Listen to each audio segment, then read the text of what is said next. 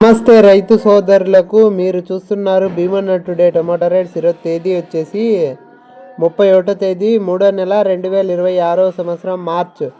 ఈరోజు మంగళవారం. ఈరోజు మన కోలార్ టమాటా రేట్స్ ఈ వీడియోలో తెలియజేస్తాను. ఇక మన వీడియో చూసేవాళ్ళు లైక్ చేయండి. మీరు లైక్ చేయడం వల్ల 10 మందికి వీడియో రికమెండేషన్ అవుతుంది. ముందుగా కోలార్ సెకండ్ రకం కాయలు చూసుకుంటే కనుక 60, 70, 80, 90, 100, 110, 120 రూపాయలు.